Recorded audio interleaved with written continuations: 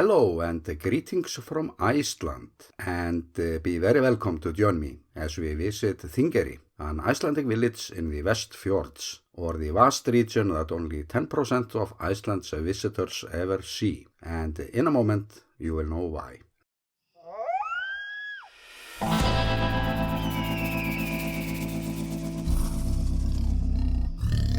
Let's start on a map where the Westfjords stick out, and Mother Nature didn't have to do so much extra work to make them into an island.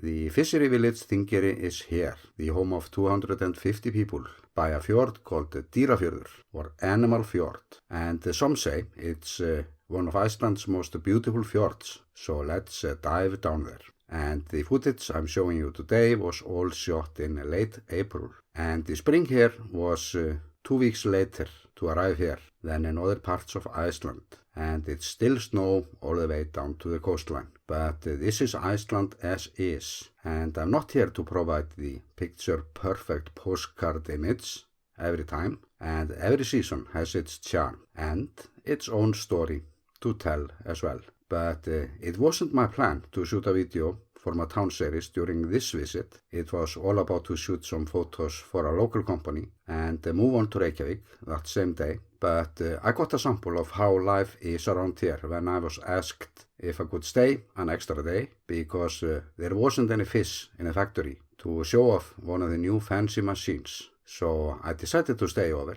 and use the time to fly the drone around, or the only tourist in the village. But life around here is all about fish. So the talk of the town is often what boat comes in tonight, how many tons of fish, will it provide enough work until the next boat comes, or did the owner sell the fishery quota to one of the big companies and move to Tenerife. But there are indeed many such stories that came as a result of the fishery quota system, and it's been a struggle here in the Westfjords to maintain the population, especially in the smaller villages. Every job counts, every family matters to keep the villages alive, and millions have been spent in road tunnel projects and other road improvements. But it turned out that it made it only easier for many to move to the city.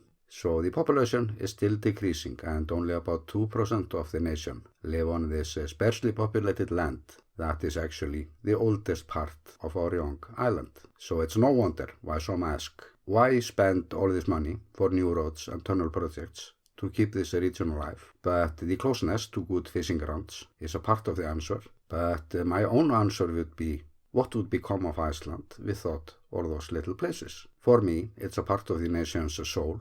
And I know for a fact that many people just love it here. It's family friendly, and this land tends to breed strong people.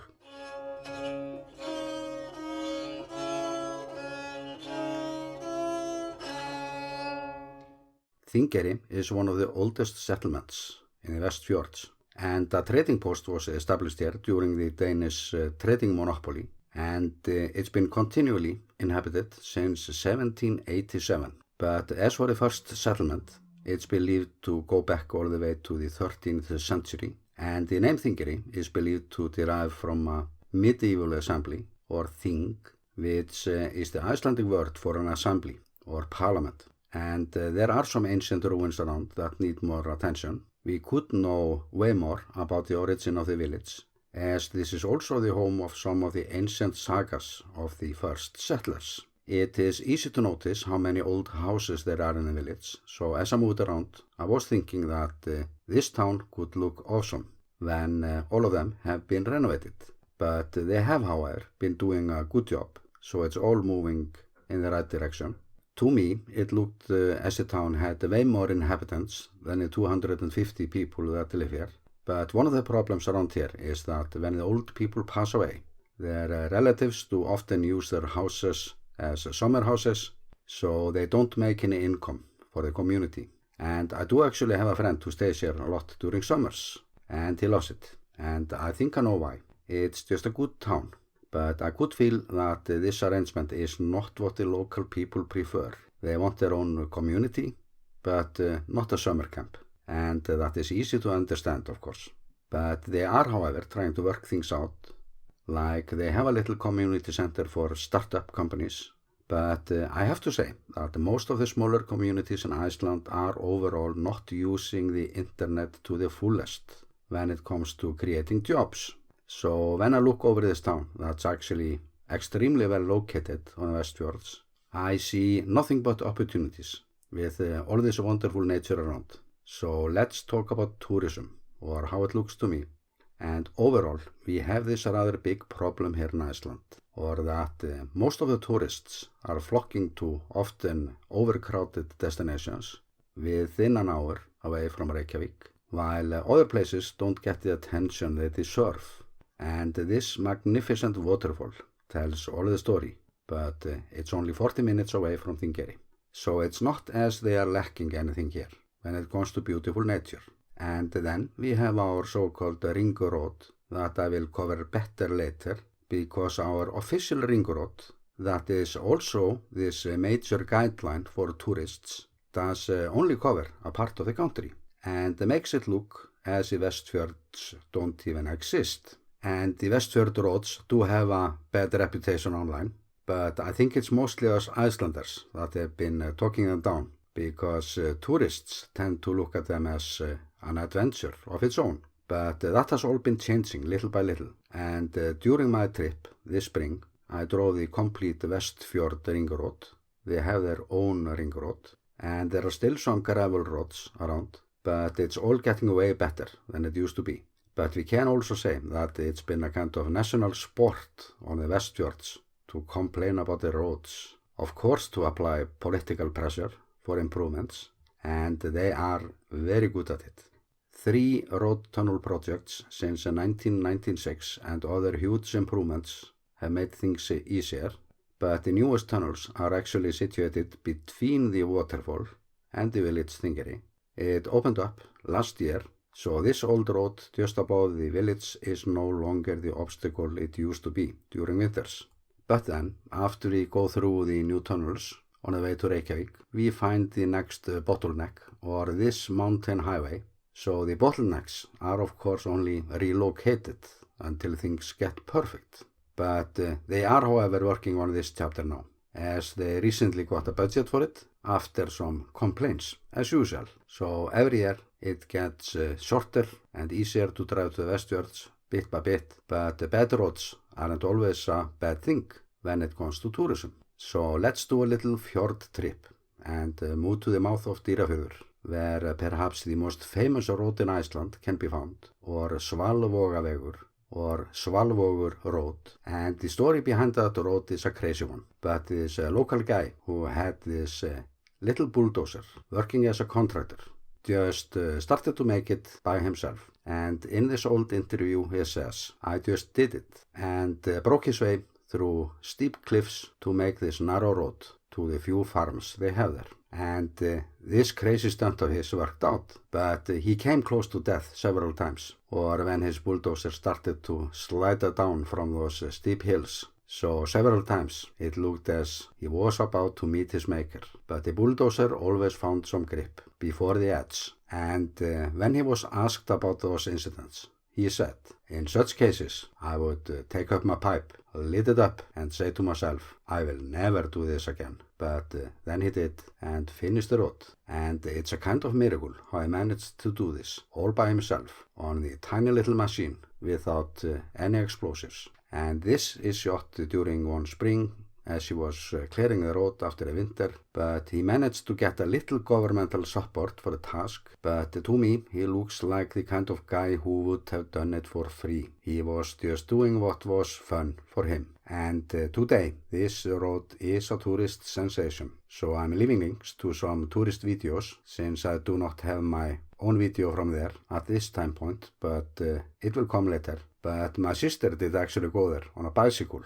and she said the same as the maker of the road. "I will never do this again. This was terrible." But then we moved back to the fjord again and noticed that there are offshore fish farms out there by the mouth of the fjord, and also closer by the village. But here we are into this very politically and environmentally sensitive issue, or the price to pay for jobs in rural regions like this. And it's a matter of such scale that I can't cover it in this video. even though I have strong opinions about it, this kind of business, but that's for later.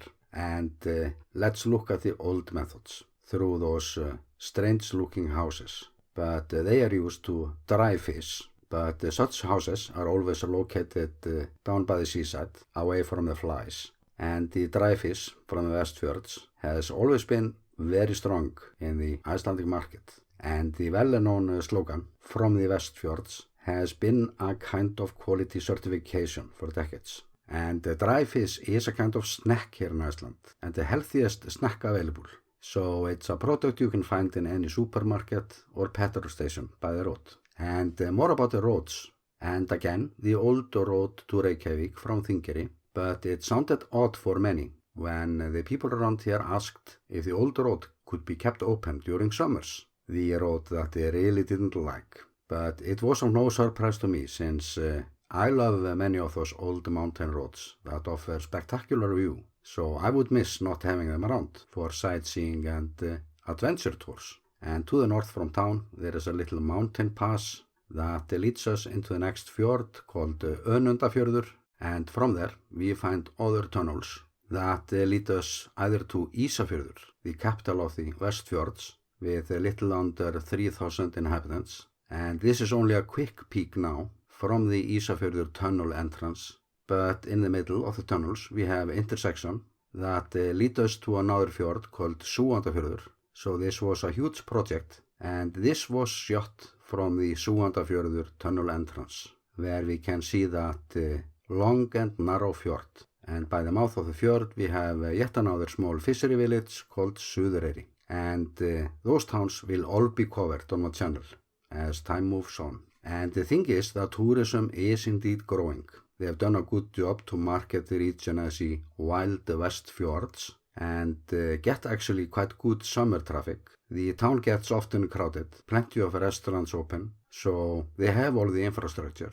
But winter tourism is another story. Like when I arrived in town, early morning, late April, I could not even buy a hot dog.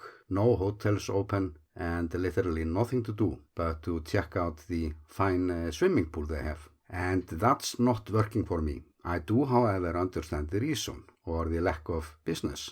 But if no local company is willing to take some risk and provide the minimum service during the winter time, they will, of course, never get anywhere with winter tourism. But this problem is not just here in the Westfjords, I see it also in the northern Iceland. So I have sensed it here in the north that people have some disbelief when it comes to winter tourism, and tend to reply like, we get all kinds of weathers, some roads might close and all that. But for me as a person with some background in marketing, that is exactly the selling point. Or give your mother-in-law a trip to the Westfjords. She might not come back for months. So I see only opportunities. But as for the more mainstream market, and I'm thinking of photography tourists, the kind of people that would hang around this waterfall while it's frozen, waiting for the northern lights to appear in order to capture the magic shot, that is a market of its own.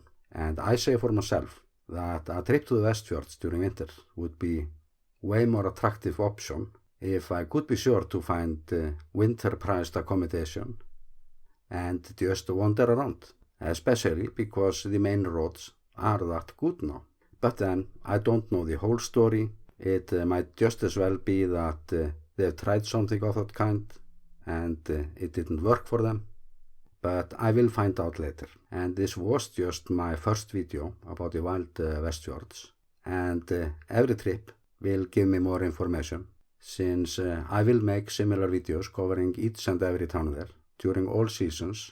And I will also make videos about the tunnel projects, because behind each and every tunnel project there are stories that help us to understand the land and the people. Please consider to click on like for what you like and subscribe, because that helps me to make my channel into a comprehensive and strong, realistic information source. And of course, a tourist guide about my home country, Iceland.